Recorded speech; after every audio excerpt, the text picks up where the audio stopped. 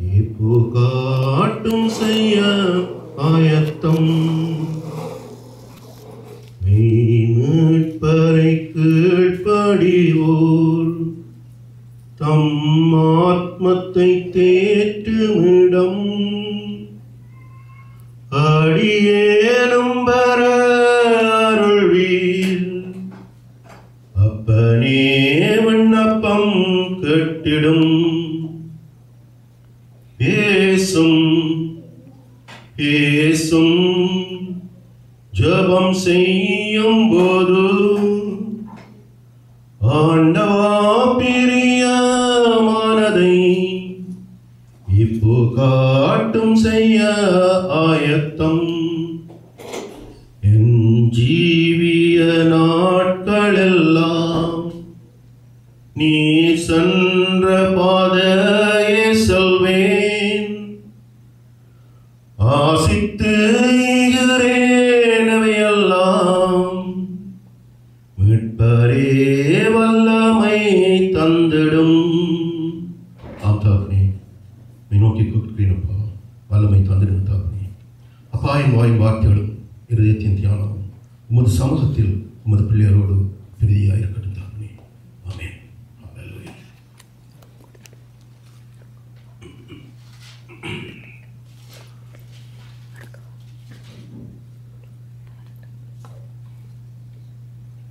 தெரிந்த ஒரு வசனம் ஒன்று எல்லாருக்கும் தெரியும், எல்லாருக்கும் வெளிப்பட்டிருக்கின்றோம். கேளுங்கள் தரப்படும், தட்டுங்கள் திறக்கப்படும், தேடுங்கள் கண்டடைவீர்கள். தெரியாத வசனம் உலகத்திலே தெரிந்த வசனம் தெரியாதவர்கள் யாரும் இல்லை. உலகத்தின் எல்லா மூலை முடுக்களிலும் ஆங்கிலத்திலும் தமிழிலும் மற்ற மற்ற மொழிகளிலும் இந்த வசனம் இருக்கிறது. எல்லாருக்கும் தெரியும். எங்கள் சமூகத்திலே அருமையான பாடலை பாடி இந்த புற சமயத்தவர்கள் கூட இந்த வசனத்தை, இந்த தத்துவத்தை கேட்டிருக்கிறார்கள். கேளுங்கள் தரப்படும், தட்டுங்கள் திறக்கப்படும், தேடுங்கள் கண்டடைவீர்கள். இவ்வார்த்தைகளை என் தேவனாகிய இயேசு கிறிஸ்து ஜெபத்தை குறித்து போதித்திருக்கிறார். ஜெபத்தை குறித்து போதிக்கும் போது இந்த கேளுங்கள் தரப்படும், தட்டுங்கள் திறக்கப்படும், தேடுங்கள் கண்டடைவீர்கள் என்று அவர் போதித்திருக்கிறார். இந்த வார்த்தைகளை நாங்கள் மத்தேயு 7ஆம் அதிகாரம் 7ஆம் 8ஆம் வசனங்களை வாசிக்கும் போது காணலாம். So read it in English, Matthew chapter 7 verses 7 and 8 please. The youth.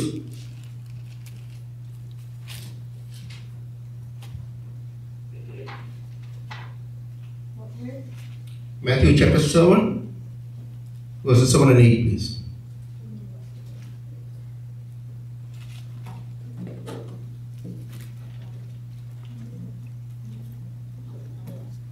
தமிழில் யாராவது? கேளுங்கள் அப்பொழுது உங்களுக்கு கொடுக்கப்படும், கேளுங்கள் அப்பொழுது உங்களுக்கு கொடுக்கப்படும், தேடுங்கள் அப்பொழுது கண்டடைவீர்கள், தேடுங்கள் அப்பொழுது கண்டடைவீர்கள், தட்டுங்கள் அப்பொழுது உங்களுக்கு திறக்கப்படும், தட்டுங்கள் அப்பொழுது உங்களுக்கு திறக்கப்படும். ஏனென்றால் கேட்கின்றவன் எவனும் பெற்றுக்கொள்கிறான், ஏனென்றால் கேட்கிறவன் எவனும் பெற்றுக்கொள்கிறான், தேடுகிறவன் கண்டடைகிறான், தேடுகிறவன் கண்டடைகிறான், தட்டுகிறவனுக்கு திறக்கப்படும், தட்டுகிறவனுக்கு திறக்கப்படும் என்று இயேசு போதித்தார் என்று இந்த வசனங்கள் ஊடாக நாங்கள் பார்க்கின்றோம். Someone can read it in English please? Ask and you will be given to you. Yes. Seek and you will find. Knock and the door will be opened to you. Forever everyone who asks receives. He who seeks finds, and to him who knocks the door will be opened. Hallelujah. I know the word now, no? Every youth know the word. Thank you. இந்த வசனத்தை நாங்கள் வாசிக்கும் போது எங்களுக்குள்ளே ஒரு கேள்வி எழுகின்றது. அதாவது இங்கே கேட்கிறவன் எவனும் பெற்றுக்கொள்கிறான் என்று எழுதியிருக்க, மத்தேயு 6ஆம் அதிகாரம் 8ஆம் வசனத்தை வாசிப்பீர்களானால், the same Matthew chapter 6 verse 8.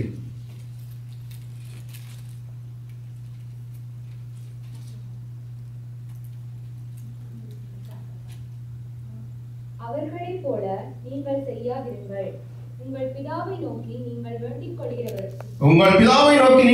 கொள்வதற்கு முன்னமே உங்களுக்கு இன்னது தேவை என்று அவர் அறிந்திருக்கின்றார். உங்களுக்கு இன்னது தேவை என்று அறிந்திருக்கிறார் என்று எழுதப்பட்டிருக்கிறது. Okay, please English in English please. Father knows what you need before you ask Him. Okay. You know the verses in Matthew chapter 7 and 8 and Matthew chapter 6 verses 8. You can see the difference there, no? Okay. அந்த வசனங்கள் 7ஆம் 8ஆம் வசனங்களிலே சொல்லப்படுகிறது, கேளுங்கள் அப்பொழுது உங்களுக்கு கொடுக்கப்படும், தேடுங்கள் அப்பொழுது கண்டடைவீர்கள், தட்டுங்கள் அப்பொழுது உங்களுக்கு திறக்கப்படும் என்று சொல்லிக் கொண்டிருக்க, இங்கே மத்தேயு 6ஆம் அதிகாரம் 8ஆம் வசனத்திலே சொல்லுகிறார், உங்கள் பிதாவை நீக்கி நீங்கள் கேட்கிறதற்கு முன்னமே உங்களுக்கு என்னது தேவை என்று அவர் அறிந்திருக்கிறார் என்று. அப்படியானால் என் மனதில் ஒரு கேள்வி, உங்கள் மனதில் ஒரு கேள்வி வரலாம், ஏன் அப்படின்னா நாங்கள் ஜெபிக்க வேண்டும்? தேவனுக்கு எங்களுக்கு தேவைகள் என்ன இருக்கிறதோ அவர் அறிந்திருக்கிறார். நாங்கள் கேட்பதற்கு முன்னே, நாங்கள் ஜெபிப்பதற்கு, அவர் பேசுவதற்கு முன்னே அவர் அதை அறிந்திருக்கிறார், அவர் தருவார் என்று உங்கள் வசனத்தின் மூலமாக நாங்கள் காண்கின்றோம். அப்படி என்றால் ஏன் நாங்கள் ஜெபிக்க வேண்டும் என்று? ஒரு தாய் இருக்கிறார், தாய்க்கு குழந்தை கிடைத்த அந்த மழலை பருவத்திலே அவர் பேசுவதை கேட்க ஆசையாக இருக்கும். பசிக்கிற நேரத்திலே பசிக்கு பால் கொடுக்க தாய்க்கு தான் தெரியும் எந்த நேரத்தில் பிள்ளைக்கு பசி இருக்கும், எந்த நேரத்தில் பிள்ளை அழும் என்று தாய்க்கு தான் தெரியும். அப்ப அந்த தாய் அந்த பாலை ப்ரிப்பேர் பண்ணி அதுக்கு கேட்டு அந்த வெப்பநிலை ப்ரிப்பேர் பண்ணி ஃபீடிங் பாட்டில் விட்டு வைத்திருப்பா. ஆனாலும் அந்த குழந்தை மழலை மொழியிலே அம்மா பசிக்கிறது என்ற அந்த மழலை சொல்லை கேட்க அவளுக்கு பிரியமாயிருக்கும். பாலை வைத்துக்கொண்டு ஒரு சில நிமிடங்கள் நிம்மி யோசிக்கின்றான். கொஞ்சம் பொறுத்தீங்கன்னா அந்த அனுபவம் உங்களுக்கு வரும். அப்ப அந்த பாலை வைத்துக்கொண்டு அந்த பிள்ளை மழலை மொழியிலே அம்மா பசிக்குது என்று கேட்க அவ திரும்ப 2-3 தரம் அப்படி கேட்க அந்த மழலை மொழியை அவ ருசிக்கிறதுக்கு அந்த மொழியில அவ பிரியப்படுறவளா இருக்கிறாளாம். தாய்மார்கள் எல்லாம் அந்த அனுபவத்தில் இருக்கும். உங்களுக்கு சொல்லாமலேயே நீங்கள் அதை உணர்ந்திருப்பீங்க, செய்து பார்த்திருப்பீங்க. பிள்ளை அளவிட்டு கொஞ்சம் கதைக்கிறான், எப்படி இருக்கிறான், எப்படி அந்த மொழி வருகிறது என்று அவர்கள் பார்த்திருப்பார்கள், அறிந்திருப்பார்கள், அனுபவம் இருக்கிறது. இதே போலத்தான் நமது பரமபிதாவோடு நாங்கள் பேசுவதை தேவன் விரும்புகிறார். நாங்கள் அந்த மழலை மொழியிலேயே அவர் பேசும்போது அவர் அதில் பிரியப்படுகிறார். அதே பரமதேவனுக்கு அது பிரியமாக இருக்கிறது. அப்படி நாங்கள் அவரோடு பேசும்போது அவருக்கு பிரியமாக இருக்கிறது. அப்படி நாங்கள் பேசுவது அவரோடு கொள்ளும் ஒரு உறவாக இருக்கிறது, ஒரு ஐக்கியமாக இருக்கிறது. தாய்க்கும் பிள்ளைக்கும் இடையில் அந்த ஐக்கியத்தை போல அந்த பரம தகப்பனோடு நாங்கள் பேசுவது ஒரு ஐக்கியமாக இருக்கிறது. கேளுங்கள் அப்பொழுது உங்களுக்கு கொடுக்கப்படும், கேட்கிறவன் இவனும் பெற்றுக்கொள்கிறான் என்று எழுதப்பட்டிருக்க, நாங்கள் ஜெபத்திலே கேட்கிற அனைத்து விண்ணப்பங்களுக்கும் பதில் நமக்கு கிடைப்பதில்லை என்று நாம் அடிக்கடி நாங்கள் கேட்கின்றோம். இன்றைய தினத்திலே நாங்கள் எங்களுடைய ஜெபங்கள் ஏன் கேட்கப்படுவதில்லை என்று குறித்து சிறிது நான் ஆராயலாம் என்று இருக்கிறேன். ஜெபங்கள் ஏன் கேட்கப்படுவதில்லை? முதலாவதாக நாம் பார்க்கின்றோம், கர்த்தருக்கு சித்தமில்லாத, எமது தேவனுக்கு சித்தமில்லாத எந்த காரியத்தை தேவனிடம் நாங்கள் விண்ணப்பித்தாலும் அந்த ஜெபம் ஏறெடுக்கப்படுவதில்லை. தாய்க்கும் பிள்ளைக்கும் இருக்கிற தாய்க்கு பிரியமில்லாத எந்த காரியத்தை குழந்தை கேட்டாலும் தாய் அதற்கு செவிகொடுக்க மாட்டார். அதே போலத்தான் நாங்கள் கேட்கின்ற ஜெபம் தேவனுக்கு சித்தம், எங்கள் பரம தகப்பனுக்கு சித்தமாக இருந்தால் மட்டுமே அந்த ஜெபம் ஏறெடுக்கப்படும். வாசியுங்கள் 1 யோவான் 5ஆம் அதிகாரம் 14ஆம் வசனத்தை.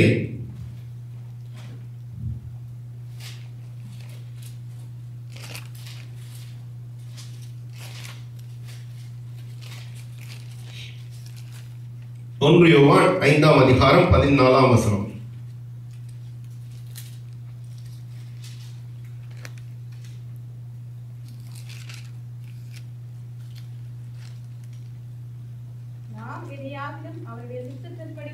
நாம் எதையாகிலும் அவருடைய சித்தத்தின்படி கேட்டால் அவர் நமக்கு செவி கொடுக்கிறார் என்பதே அவரை பற்றி நாம் கொண்டிருக்கிற தைரியம். நமக்கு செவி கொடுக்கிறார் என்பதே அவரை பற்றி நாம் கொண்டிருக்கிற தைரியம் என்று அங்கே பார்க்கின்றோம். அதாவது தேவனுடைய விருப்பத்தை, அவருடைய சித்தத்தை அறிந்து அதன்படி நாங்கள் தேவனிடம் பேசும்போது நம்முடைய ஜெபங்களை தேவன் கேட்கிறார் என்று அந்த வசனத்தினூடாக நாங்கள் காண்கின்றோம். அப்படியானால் தேவனுடைய சித்தம் என்ன? தேவனுடைய சித்தம் என்ன என்று நாங்கள் பார்ப்போமானால் 1 தெசலோனிக்கேயர் 4ஆம் அதிகாரம் 3ஆம் வசனம் முதல் பகுதியை நாங்கள் பார்க்கும்போது, நீங்கள் பரிசுத்தம் உள்ளவர்களாக வேண்டும் என்பதே அவருடைய சித்தமாக இருக்கிறது என்று நாங்கள் அந்த வசனத்தின் 2ஆம் பகுதியிலே நாங்கள் காண்கின்றோம். நீங்கள் பரிசுத்தம் உள்ளவர்களாக வேண்டும் என்பதே அவருடைய சித்தமாக இருக்கிறது. அப்படி என்றால் நாங்கள் அனைவரும் பரிசுத்தமான வாழ்க்கையை நாங்கள் வாழ வேண்டும் என்பதே தேவனுடைய சித்தமாக இருக்கிறது, அவருடைய விருப்பமாக இருக்கிறது என்று நாங்கள் எடுத்துக்கொள்ள முடியும்.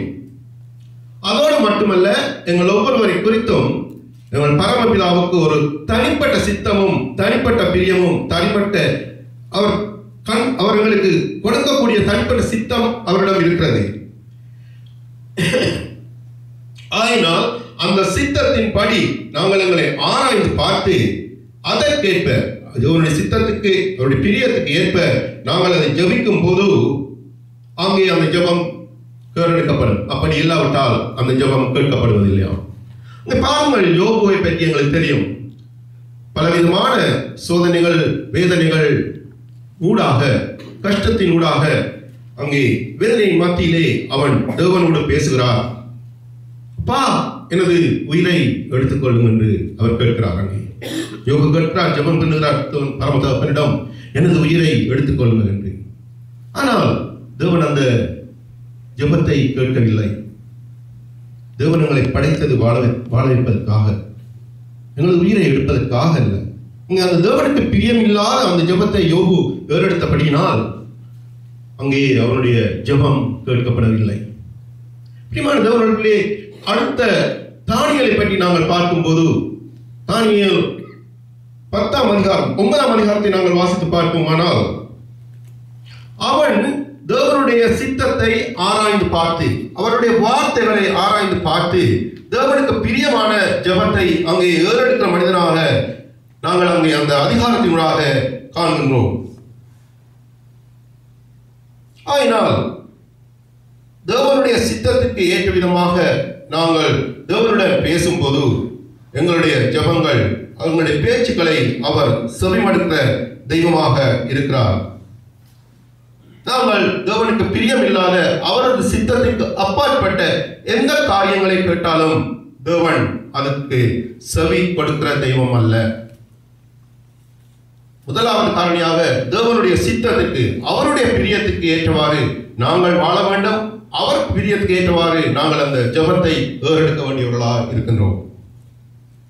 அடுத்ததாக பார்க்கும்போனால், தவறான நோக்கம் கொண்டவர்களுடைய எந்த ஜெபமும் கேட்கப்படுவதில்லை. தவறான நோக்கங்கள் கொண்ட எந்த ஜெபமும் கேட்கப்படுவதில்லை. யாக்கோபு 4ஆம் அதிகாரம் 3ஆம் வசனத்தை நாங்கள் வாசிப்போமானால்,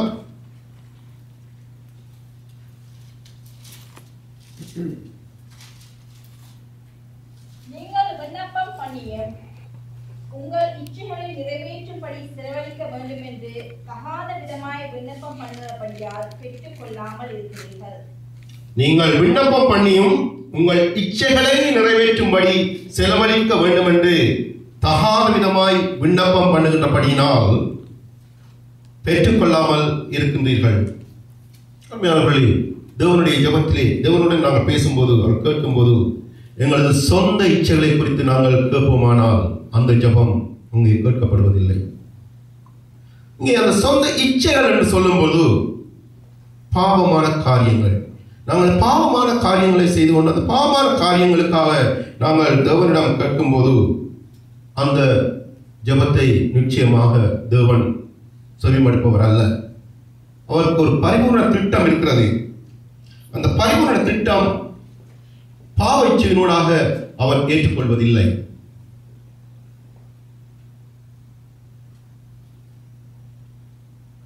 அங்கே ஆதாம் ஏவாளை படைத்த போது அவர்களுக்கு சகல ஆசீர்வாதங்களையும் சமாதானத்தையும் சகல சௌகரியங்களையும் கொடுத்துத்தான் அங்கே அவர் ஆதாம் ஏவாளை படைத்தார். ஆனால் அவர்கள் தங்களுடைய அந்த பாவ இச்சையினூடாக தேவன் சொன்ன அந்த உண்ண வேண்டாம் என்று சொன்ன அந்த கனியை புசித்தபடியினால் அவர்கள் தேவனுடைய அந்த பரிபூர்ண திட்டத்தை, அவர்கள் சகல ஆசீர்வாதங்களை இழந்தது மட்டுமல்ல, அவர்கள் வாழ்க்கையும் அவர்கள் சபிக்கப்பட்ட வாழ்க்கையாக அங்கே காணப்பட்டதை நாங்கள் அறிகின்றோம். யோவான் 2ஆம் அதிகாரம் 16ஆம் வசனத்தை நாங்கள் பார்க்கும்போது, மாம்சத்தின் இச்சையும் கண்களின் இச்சையும் ஜீவனத்தின் பெருமை என்பன பிதாவினால் உண்டானவைகள் அல்ல. இவை மாம்சத்தின் இச்சையும் கண்களின் இச்சையும் ஜீவனத்தின் பெருமையும் அவைகள் பிதாவினால் உண்டானவைகள் அல்ல, அவைகள் யாவும் உலக ஆசையினால் உண்டானவைகள் என்று அங்கே காண்கின்றோம். மாம்சத்தின் இச்சை, கண்களின் இச்சை, ஜீவனத்தின் பெருமை என்பன நமது பரமபிதாவினுடைய சித்தம் அல்ல. இவை இந்த உலகத்தினால் உண்டான பாவ இச்சைகளாக இருக்கின்றது. ஆனால் இப்படிப்பட்ட பாவ இச்சைகளை நாங்கள் வைத்துக் கொண்டு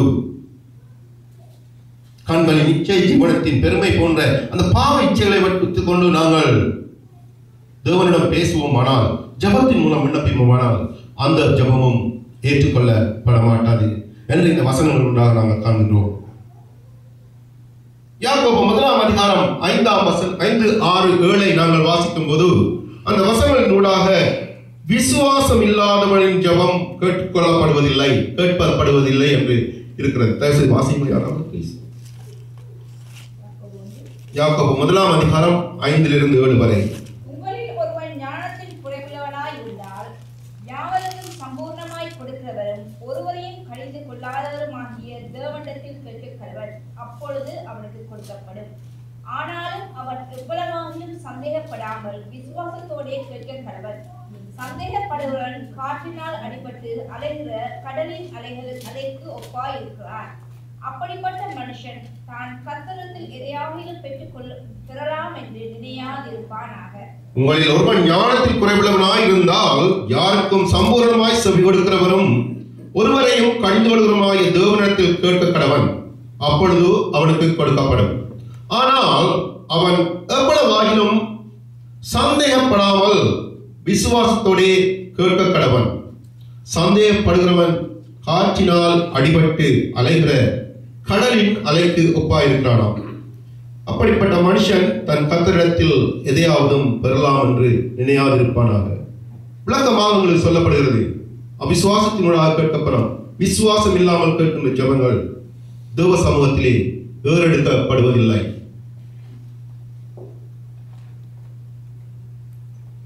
சிறிய சந்தேகத்துடனும் கிடைக்குமா கிடைக்காதா, நாங்கள் போகலாமா விடலாமா என்ற அந்த சிறிய சந்தேகத்தோடு நாங்கள் ஜெபம் என்னும் போது, அதுக்கு நான் விதிவிலக்கானவன் இல்லை. இந்த நாட்டிலே வைத்திருப்பார்களா, அனுப்புவார்களா, நான் இன்னும் அவிசுவாசத்தோடு தான் தேவனை கேட்கின்றேன். என்னுடைய ஜெபம் எடுக்கப்படுமா என்றது கடவுளுக்கு மட்டும்தான் தெரியும். அது மனிதனுடைய ஒரு சுபாவமாக இருக்கிறது. நாங்கள் அதை எங்களால் மாற்றவே முடியாது. எந்த சந்தர்ப்பத்திலும் அதை மாற்ற முடியாது. அது மாற்றப்படுமானால் அதற்காக நாங்கள் தேவனிடம் வேண்டிக் கொள்ள வேண்டியதாக இருக்கின்றோம். அதனால் அந்த விசுவாசம் இல்லாத ஜெபம் ஏறெடுக்கப்படும் போது அது கேட்கப்படுவதில்லையா. ஒரு ஊரிலே ஒரு கிராமத்திலே அதிக காலமாக வறட்சி, மழை இல்லை, வறட்சி நிலவுகிறது. வருடமாக பசி, பட்டினி, நோய், பிணி என்பன அந்த கிராமத்திலே தலை தூக்கி ஆடுகிறது. அந்த கிராமத்திலே ஒரு போதர் இருக்கிறார். அவர் தேவனோடாக பேசப்பட்டு அந்த ஊர் மக்கள் எல்லோரையும் ஒரு பிரார்த்தனை கூட்டத்துக்கு, ஒரு ஜெப கூட்டத்துக்கு ஒரு இடத்துக்கு வருமாறு அங்கே அழைக்கிறார். ஊராக்களும் பல மதத்தை சேர்ந்தவர்களாக இருந்தாலும் அவர்கள் அந்த இடத்திலே ஒன்று கூடுகிறார்கள். பிரார்த்தனைக்காக தேவபெருமான் இயேசுவிடம், பரம தகப்பனிடம் பேசுவதற்காக அங்கே ஒன்று சேர்கிறார்கள். அவர் சேர்ந்த பொழுது அந்த பிரார்த்தனை கூட்டத்தின் ஆரம்பத்திலே அந்த போதர் கேட்கின்றார், அவர்களை பார்த்து கேட்கின்றார், நீங்கள் எல்லாரும் பிரார்த்தனைக்காக ஜெபத்துக்காக வந்திருக்கிறீர்கள். உங்களில் எத்தனை பேர் விசுவாசிக்கிறீர்கள் தேவன் நமது ஜெபத்தை கேட்டு மழை பெய்விப்பார், எங்களுடைய பசி, பட்டினி, வறட்சிகள் தீர்க்கப்படும் என்று எத்தனை பேர் விசுவாசிக்கிறீர்கள் என்று கேட்டாராம். எல்லோரும் கைகளை உயர்த்தி நாங்கள் விசுவாசிக்கிறோம் என்று சொன்னார். மறுபடியும் அந்த போதகர் திரும்ப கேட்கின்றார், உங்களுடைய ஜபத்தை கேட்டு உங்களுடைய பிரார்த்தனையை கேட்டு இன்றைக்கு அந்த மழையை தருகிறார் என்று நீங்கள் விசுவாசிக்கிறீர்கள். சந்தோஷம், கடவுள் பிரியமானது. அந்த மழையை தேவன் இந்த நிமிடமே, இப்பொழுதே, இஷ்டமே மழையை பொழிப்பார் என்று நீங்கள் எத்தனை பேர் விசுவாசிக்கிறீர்கள் என்று கேட்டாராம். எல்லோரும் கைகளை உயர்த்தி ஆம் நாங்கள் விசுவாசிக்கின்றோம், க்ஷணமே எங்கள் ஜபத்தை கேட்டு பரம தந்தை எங்களுக்கு இந்த மழையை தருவார், எங்கள் வறட்சி எல்லாம் நீங்கும் என்று அவர்கள் கை உயர்த்தினார்கள்.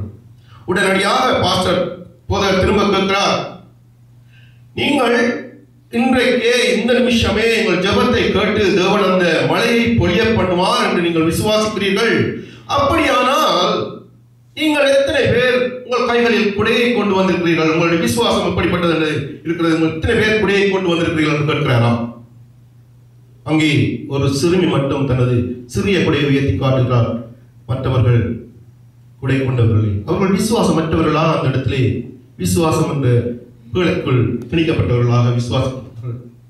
ஆனால் இப்படிப்பட்ட விசுவாசம் உள்ளவர்களின் ஜபமும் தேவனுடைய சமூகத்தில் எட்டப்படுவதில்லை என்று இந்த கடையினூடாக நாங்கள் காணக்கூடியதாக இருக்கிறது. எபிரேயர் 11ஆம் அதிகாரம் 6ஆம் வசனத்தை நீங்கள் பார்க்கும்போது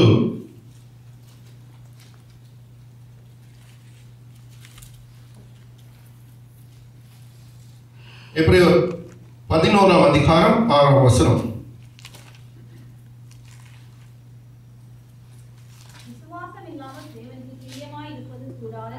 விசுவாசம் இல்லாமல் தேவனுக்கு பிரியமாய் இருப்பது கூடாத காரியம்.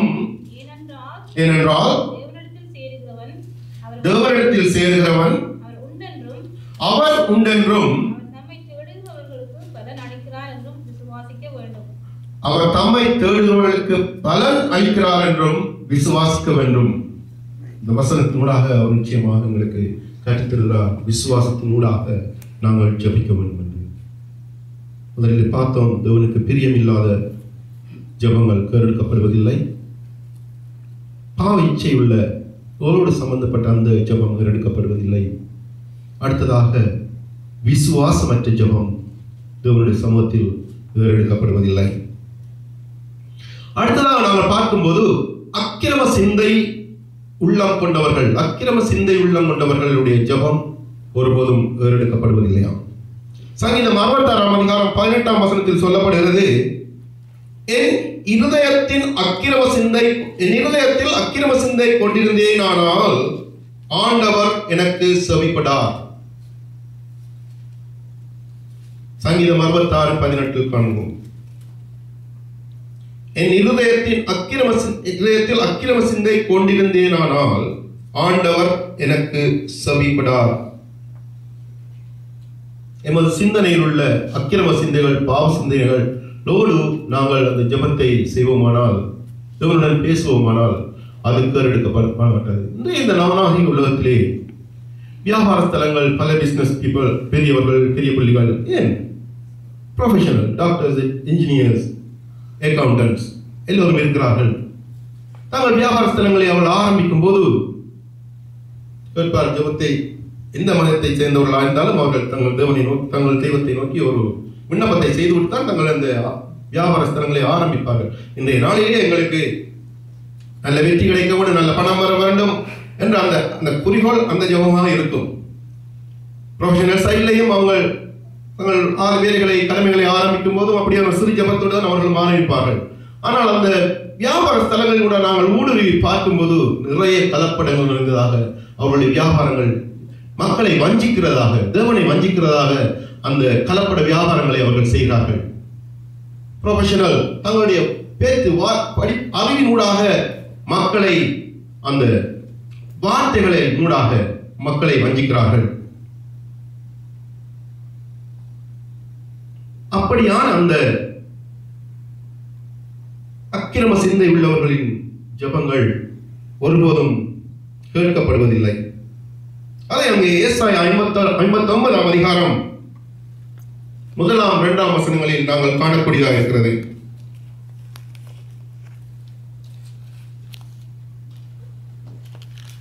ஏசாயா 59 முதலாம் வசனம் 2ஆம் வசனம். இதோ ரட்சிக்கப்படக்கூடாதபடிக்கு கர்த்தருடைய குறிப்போன நாவும் இல்லை, குறிப்போவும் இல்லை, கேட்கக்கூடாதபடிக்கு அவருடைய செவி மந்தமாகவும் இல்லை. உங்கள் அக்கிரமங்களே உங்களுக்கும் உங்கள் தேவனுக்கும் நடுவாக பிரிவினை உண்டாக்குகிறது. உங்கள் பாவங்களே அவர்கள் உங்களுக்கு செவி கொடாதபடிக்கு அவருடைய முகத்தை மறைக்கிறது. ஆனால் இந்த அக்கிரம சிந்தைகளோடு நாங்கள் தேவனுடன் போது பேசும்போது அங்கே எங்களுக்கும் தேவனுக்கும் இடையிலே ஒரு ஒரு ஒரு வேலி அங்கே உண்டாக்கப்படுகிறது. ஒரு பிரிவினை எங்களுக்கும் அவருடைய உண்டாக்கப்படுகிறது. ஆனால் அப்படிப்பட்டவர்களுடைய ஜெபத்தையும் தேவன் கேட்பவராக இல்லை. அவருடைய ஜெபத்துக்கும் அங்கே தேவன் பதில் சொல்பவர் அல்ல, செவி மடுப்பவர் அல்ல. அடுத்ததாக முக்கியமானதாக வருவோமானால், வேதத்தை கேளாதவனின் ஜெபம் ஏறெடுக்கப்படுவதில்லை. பரிசுத்த வேதாகமத்தில் உள்ள வசனங்களை நாங்கள் எங்களுடைய வாழ்க்கையிலே கடைபிடிக்காவிட்டால் அந்த ஜெபம் ஏறெடுக்கப்படுவதில்லையா? நீதிமொழிகள் 28ஆம் அதிகாரம் 9ஆம் வசனம் அதை உங்களுக்கு சொல்கிறது.